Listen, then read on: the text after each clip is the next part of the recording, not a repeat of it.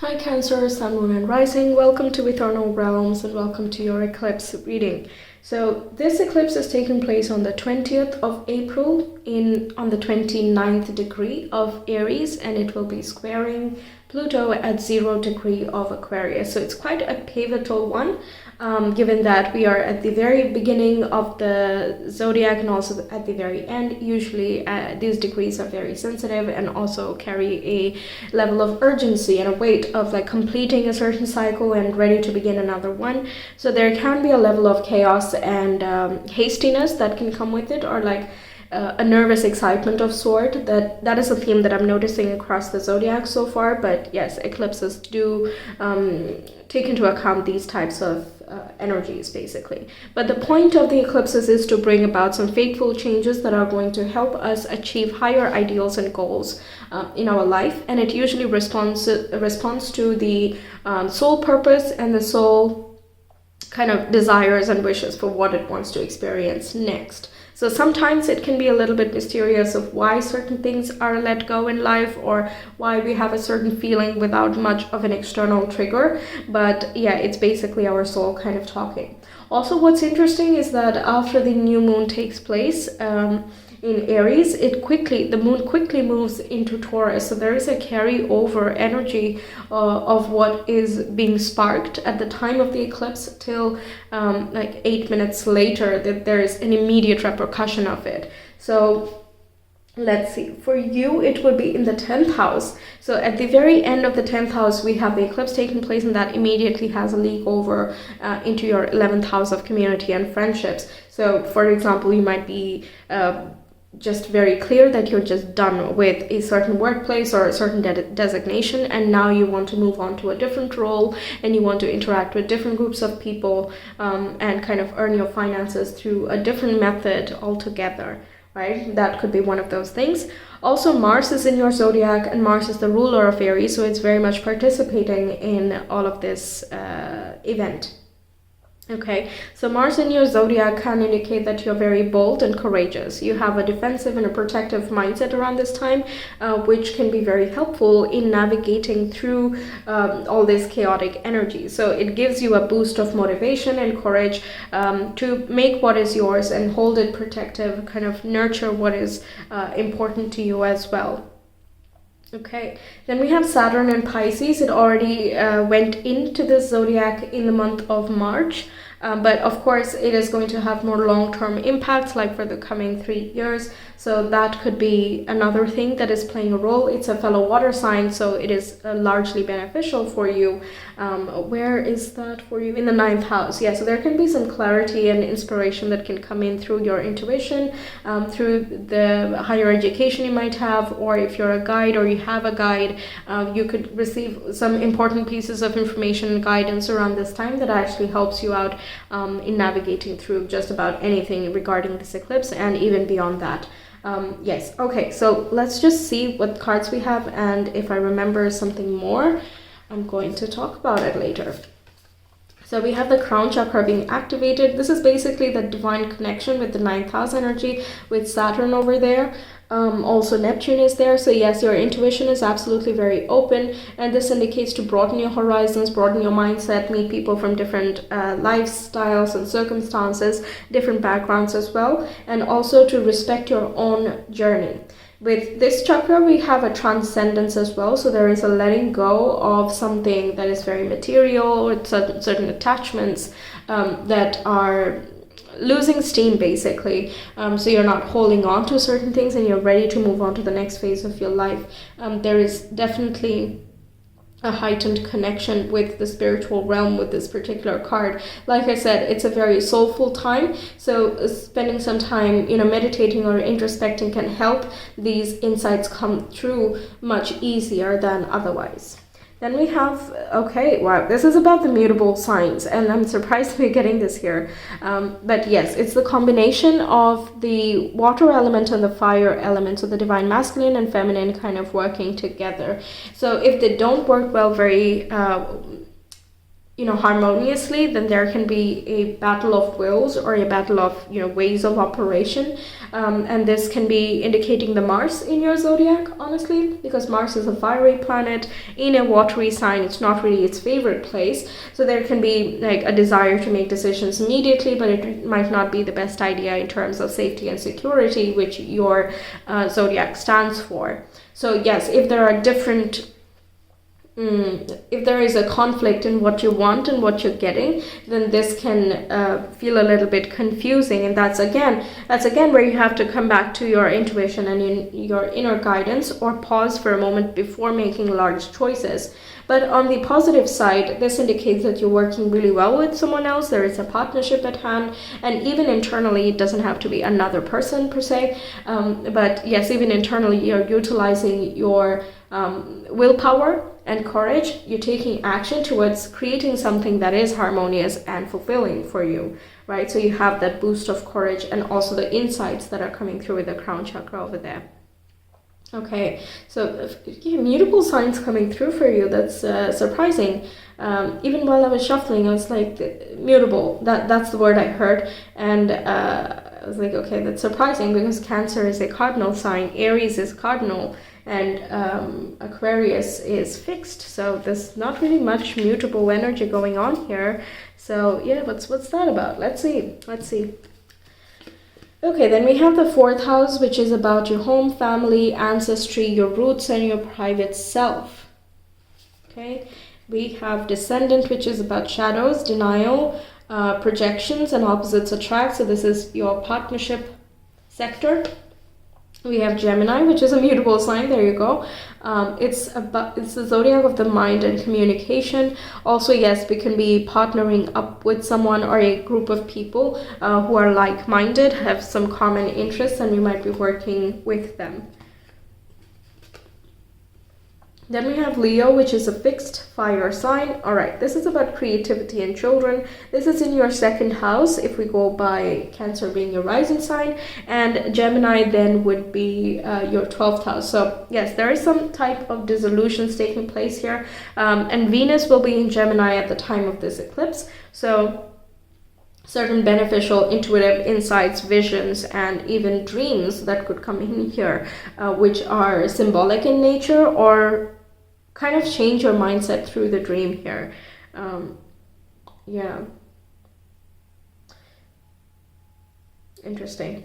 Okay, now Leo is in your 2nd house of finances, and that is right opposite the Pluto activity going on there. So it might be that there are some changes in your shared resources if you share it with someone, or it can be about loans and investments, mortgages, and things like that, where you get money from someone else for your house. Perhaps you're shifting someplace where you feel there is more room for creativity and expansion, or you might be moving in with a partner and you're kind of discussing the logistics of certain things over here. Yes. Okay.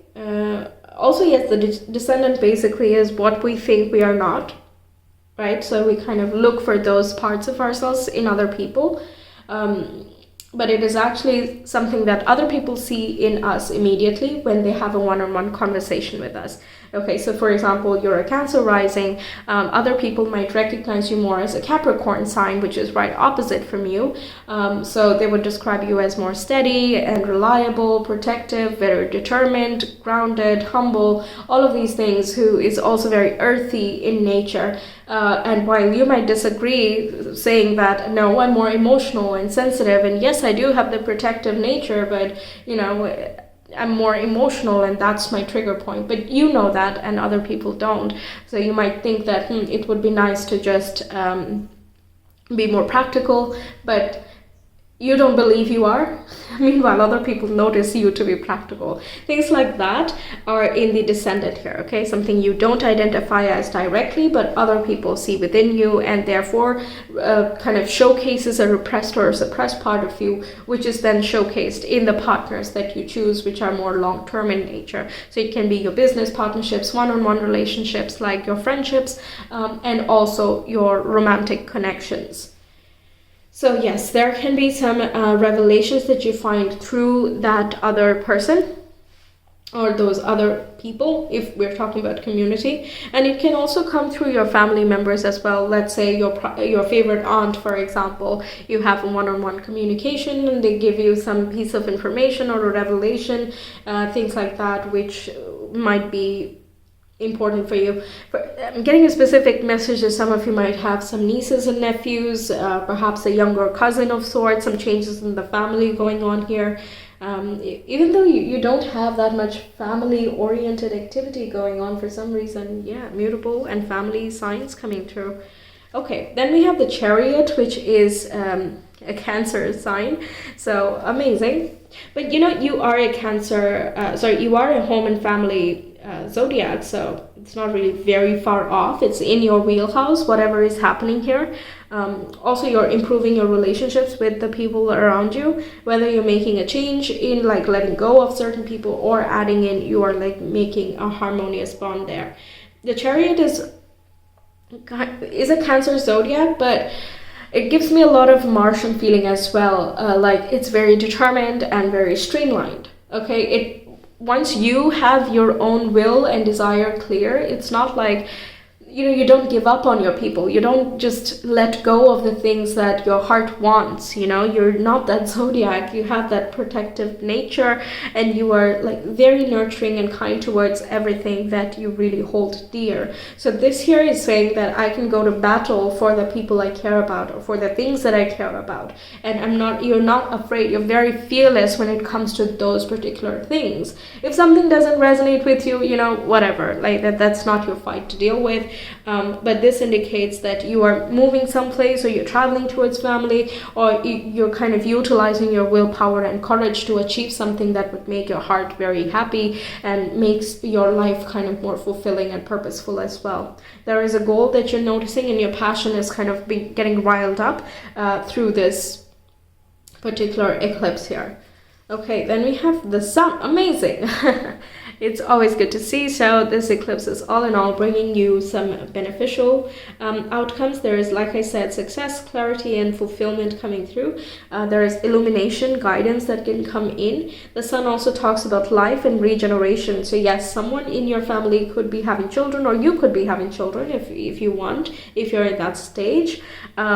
Yes, the Sun talks about the joy of life. And yet the clarity can be more divine in nature, which sparks this creativity within you. So you have some new projects in mind or new passions coming to light. That Leo energy is being really showcased. So I'm guessing your financial resources, you might be more empowered to create more and create better security for yourself financially, materially, in the things that you value. Or it could be that you're spending in things that you are valuing a lot more. There can also be some expenditures that you do for yourself that would make you feel good individually. So that self-care is kind of empowering you as well, even more. Yes. But I'm really feeling like birth of, people as well. Like if not you, then someone in the family, some sibling perhaps. Older sibling, it doesn't matter what, older or younger, but yeah, there is some change in the family dynamic as well. And you're very excited about this, you're very happy about this, you're kind of rushing to go meet the new baby or something like that, the new addition to the family or your life in general. So like if you get that creative spark, you're really excited to immediately get on it and make it happen. Regeneration can also say that if you've been struggling with certain health issues or some lack of clarity, fogginess in any area of your life, there is clarity and illumination coming through here. Then we have Lovers, which is a Gemini card, which is being emphasized once more. So let's see, your Gemini is in your 12th house, right? So yes, certain things are being let go of, and that includes your toxicities and personal repressions and suppressions here. If you are struggling to let go of a certain phase in life, this indicates that that is closing out as well. You might be making some important choices here which create this for yourself. Yeah, this particular card can also indicate choices. The Lovers with Gemini, it can, I'm strongly feeling like siblings. I don't know like how many of you have siblings, perhaps because this is a general reading, so it might not even be for every single person, of course, but yeah, siblings or cousins or community, someone that you consider a sibling. They could be your friend, but someone very close to you is coming through. Also, there is more passion in general, so even if you're attracting someone or moving in with someone who's more romantic in nature in terms of your relationships, then the Lovers is really nice that you're having good communication, good back and forth, you're listening to one another, you're kind of moving ahead, perhaps again you're moving in together and you're very excited about that. There could be some, that itself is a major choice of course, but then you might also be deciding like where exactly or how you're going to move and how the documentation works and who do you need to contact and things like that that are being worked out over here. But all in all, it looks very much in alignment. By the way, 3 major arcana, that's like a huge deal, this particular one. Given that it's taking place in a cardinal sign like yours, it is going to very directly impact you, Capricorn, and also Libra. Okay, so let's see what else we have. We have the 9 of Wands with persistence, moon in Sagittarius. This indicates that you are optimistic in the face of any distractions or trouble. So you're not being fazed by any obstacles that come in your way, just like the Chariot energy as well, because what you want is calling you very deeply. There is a certain purpose and illumination to that you can't shake. It's like once you see the light, you know, you're always going to look for that light. Once you remember that light, happiness, peace, and all of those things, you can't not have those things. So there is a lot of flourishing. And 9 of Wands indicates that you're very close to the finish line. So whatever it is that you've been struggling with or finding difficult to figure out, this would be the time where, you know, your persistence is really paying off. It might just be that final push. And that goes even for like childbirth. Like perhaps you're like close to the end and this is like the final push and then you're through. You have the biggest joy and fulfillment in your life. You're creating something new. Moon in Sag can also indicate that you want to travel or meet people from different walks of life. You might be feeling drawn to some foreign lands or cultures. And it might be a little bit, or it was a little bit hard to manage the finances to go to certain places, or just the commute was not very possible. But now it is coming to a close and you're able to meet more like-minded people from different backgrounds. What else? In general, you have more open-mindedness and optimism. I already said that. So yes, okay. Then we have the Hermit, which corresponds with Virgo. So you have 4 out of 5 major arcana. Insane. All right, so Virgo is another mutable sign, which is more earthy in nature. This is an introspective vibe, also the 4th house. Yeah, you might be going inward before making major decisions. There can be some, let's say you're moving in with someone, or you're changing your residence and you might have to share your space with someone.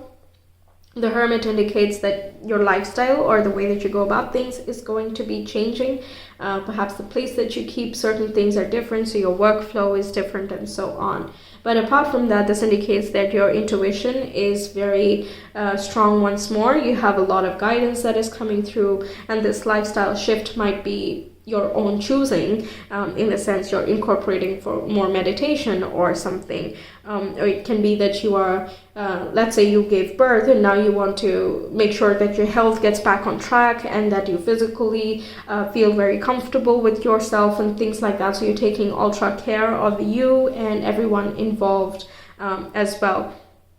You're very reliable and very strong, and any health issues that are ongoing is coming to a close with the Virgo card over here. There is a lot of self-reflection and contemplation that could go in here, because yes, when you know things are closing out, it's very common, it's very natural, I would rather say, to go through that phase of reflection and be like, okay, so college is over. That was a whole story, right? You have that phase of reflecting on things, and there's also the excitement of starting something new, but you're still in that little bit of a pause. I think there's a pocket that has been created during this eclipse for you. It is kind of that phase of where I'm just about to be done with the old phase of me, but the new phase is not yet here. It's barely begun, so the picture is not that clear. So there is a desire to move forward and complete everything and explore everything and so on, but there is also the energy of sit silently, contemplate, and really take measured action.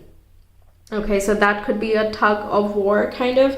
And I see this Lover's card, and it indicates that there might be some tiffs but I'm feeling that is more internal instead of external.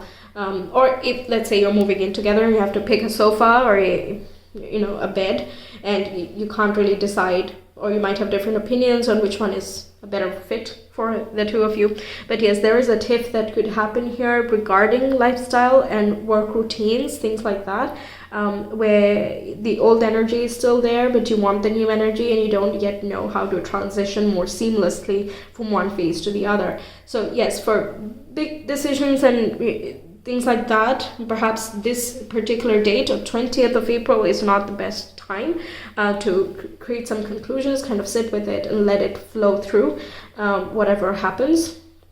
Because yes, eclipses come with a little bit of a chaotic energy, and that can create big breakthroughs and big openings, illumination and all that. But signing contracts and kind of rooting something down is not really the best idea, because whatever it is you begin is kind of logged into the birth chart of that particular thing, so it carries the eclipse energy, so it becomes a little bit more chaotic or volatile. So if you want something more stable, then this would not be the best time to establish it.